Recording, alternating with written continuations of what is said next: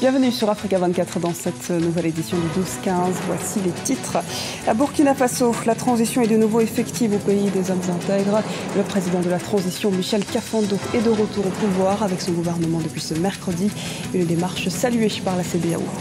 Le marché du café devrait enregistrer une forte croissance économique en Afrique. Quelle évolution pour ce marché ces 10 prochaines années? Les éléments de réponse est dans un instant dans ce journal. Et puis à Zoom sur le plan d'aménagement des terres mis en place au Gabon. Nous analyserons les enjeux de cette stratégie agricole. Michel Kafando a repris mercredi ses fonctions de président de la transition au Burkina Faso. Ce retour avait été annoncé ce 22 septembre par le général putschiste Gilbert Diendéré et il intervient alors que plusieurs chefs d'État mandatés par la communauté économique des États d'Afrique de l'Ouest sont envoyés ce mercredi à Ouagadougou, la capitale, afin de notamment échanger autour de cette crise politique burkinabé.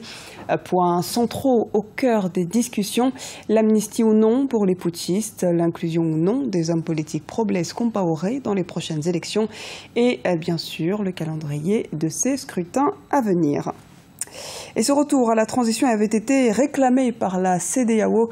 La question avait notamment été soulevée au cours du sommet extraordinaire ce mardi au Nigeria. Reportage de notre correspondante à Abuja, Afolake Olinloye. Commentaire Idalet Mirabel Bissou.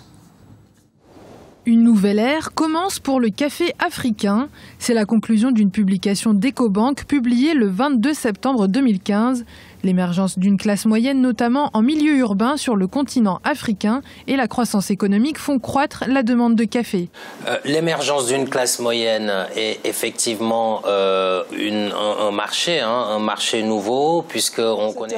Nous retournons donc sur le retour à la transition qui est effectif au Nigeria. Le sommet de la CEDEAO ce mardi au Nigeria avait notamment réclamé ce retour à la transition. Les précisions dans ce reportage d'Afolake Olinloye, correspondante au Nigeria, commenté par Idalat Mirabel Bissou.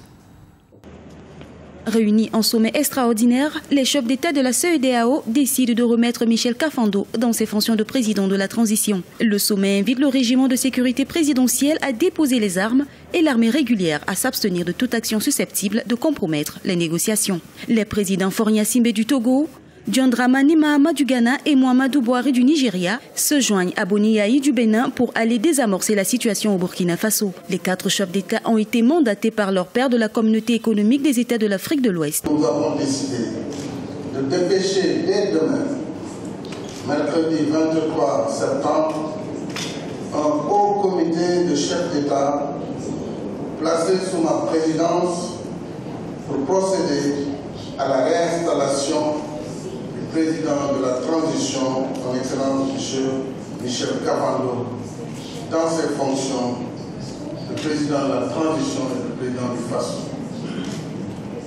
Demain, nous enverrons une équipe d'observateurs militaires et humanitaires pour faciliter le dialogue entre frères d'armes burkinabés.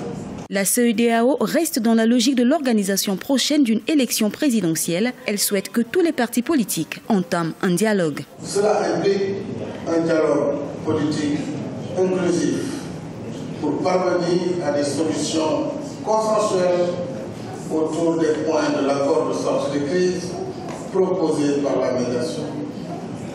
En votre nom et au mien propre, je renouvelle mon appel au calme et à la sérénité. La voie de la paix est ouverte. C'est celle qui mène à l'apaisement des cœurs et à la tranquillité des esprits. Pour finir, les chefs d'État appellent l'Union africaine à lever toutes les sanctions contre le Burkina Faso. La CEDEAO avait été décriée après l'annonce du projet d'accord amnistiant les putschistes et incluant le parti du président déchu, Blaise Compaoré, pour la présidentielle reportée en novembre. Elle aura donc fort à faire pour amener la société civile et les putschistes sur un terrain d'entente. Dans l'actualité également, le président congolais Denis Sassou Nguesso a annoncé mardi la tenue d'un référendum sur une révision de la Constitution sans donner de date précise. Il a annoncé la mise en place d'une commission chargée d'adopter un projet de constitution et la convocation d'un scrutin référendaire.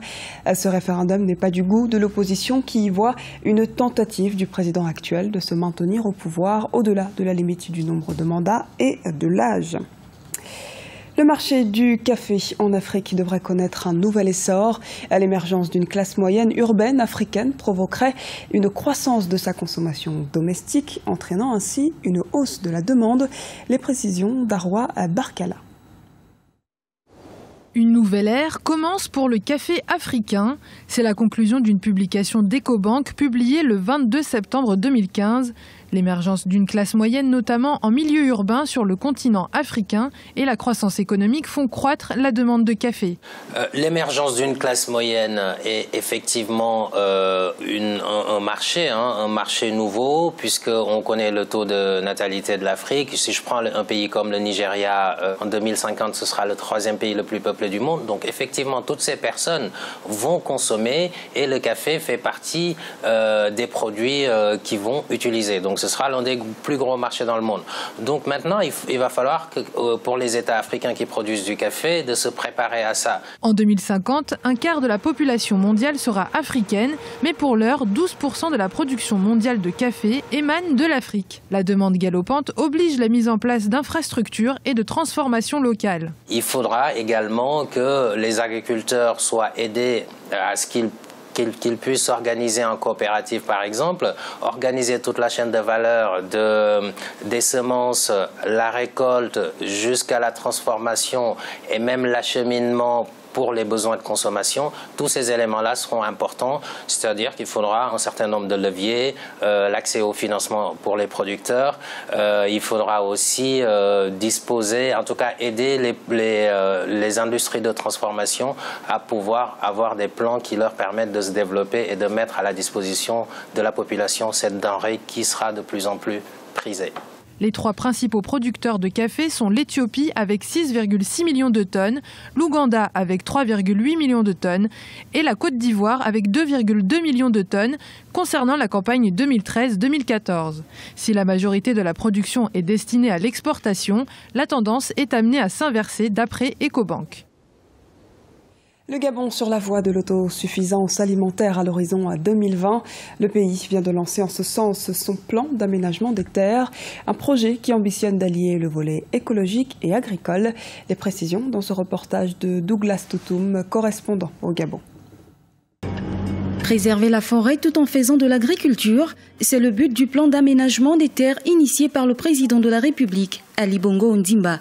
Ce plan vise à déterminer des terres susceptibles d'être consacrées à l'agriculture sur l'ensemble du territoire sans détruire la forêt. Une stratégie qui permet au Gabon de compter parmi les pays qui luttent contre le réchauffement climatique et qui aspirent à l'autosuffisance alimentaire d'ici à 5 ans. Nous sommes en train de mettre sur pied un plan d'aménagement des terres qui donc, lui, nous déterminera où nous pourrons augmenter les terres consacrées à l'agriculture sur l'ensemble du territoire et où on devra pouvoir les chercher et où est-ce qu'on pourra ne pas le faire, aussi en fonction de ce que l'on va cultiver.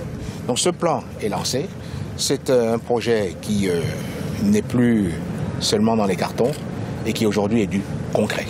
Le Gabon importe plus de 300 milliards de denrées alimentaires. Toutes les politiques agricoles mises en œuvre depuis plus de 40 ans n'ont pas enrayé le phénomène. Avec le projet Graines, le chef de l'État semble avoir trouvé la solution. Lorsque nous avons lancé le programme Graines, nous sommes fixés 5 années pour développer 200 000 hectares et créer 20 000 emplois. Devant le succès inattendu, pouvoir imaginer comment ceci peut être étendu. Nous développons le pays en même temps que nous préservons nos acquis, notamment préserver la forêt. Sur ce site, vous voyez, les plantations tournent autour de la forêt. Nous ne la détruisons pas.